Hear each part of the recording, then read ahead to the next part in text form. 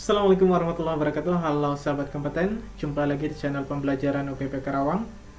Pada mata kuliah pemrograman framework ya, di pertemuan keempat ya, kali ini kita sudah masuk ke pertemuan yaitu tentang konfigurasi database.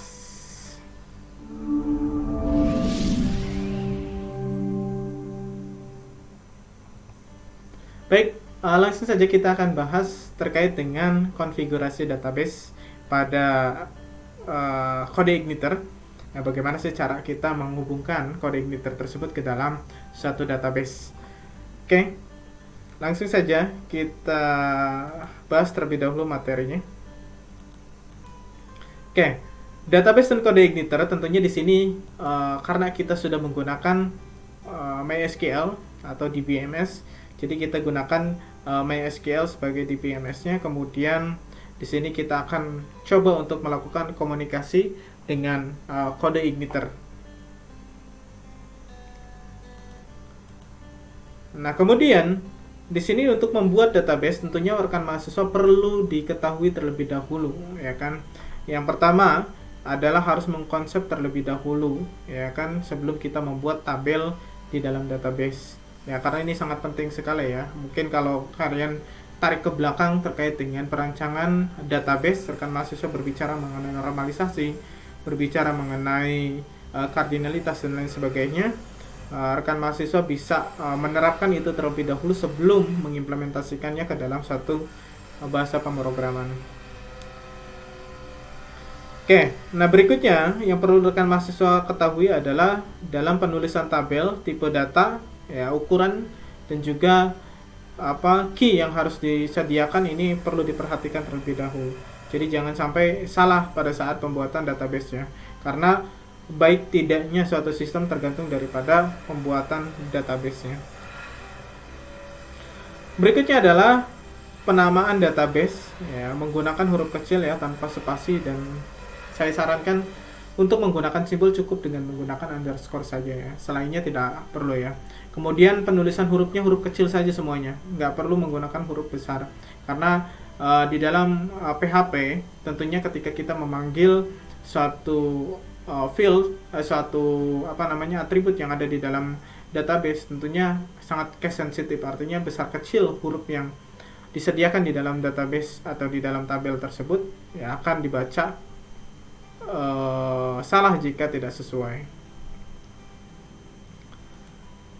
Oke, berikutnya adalah penamaan tabel menggunakan huruf kecil juga ya, perlu rekan mahasiswa ketahui juga. Ya, pembuatan database, pembuatan tabel ini menggunakan huruf kecil dan gunakan underscores untuk pemisahnya ya, kalau misalkan ada perlu dipisahkan. Nah, kemudian di sini ada contoh pembuatan database. Ya, di sini saya buat nama database-nya yaitu dengan nama DB Alumni, kemudian tabelnya dengan nama tabel user.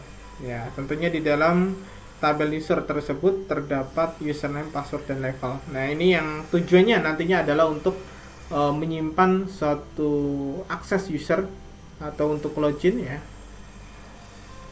Kemudian tipe datanya di sini saya gunakan varchar ya kan untuk username, password, dan juga enum ya, enum untuk levelnya. Ya, enum ini adalah option ya, jadi pilihan. Nah, seperti ini ya, keterangannya ada admin, ada user, ada operator. Begitu. Jadi nanti di dalam database-nya itu ada pilihan admin atau user atau operator, begitu ya. Ukurannya di sini untuk username 50, untuk password 100. Boleh juga password ini menggunakan teks ya, terserah rekan mahasiswa. Secukupnya saja kalau saya menggunakan varchar di sini. Lalu dijadikan username sebagai primary key. Nah, begitu ya. Ini contoh untuk pembuatan tabelnya. Lalu di dalam kode igniter ada yang namanya file database, yang mana rekan mahasiswa bisa cari di dalam folder application /config /database.php.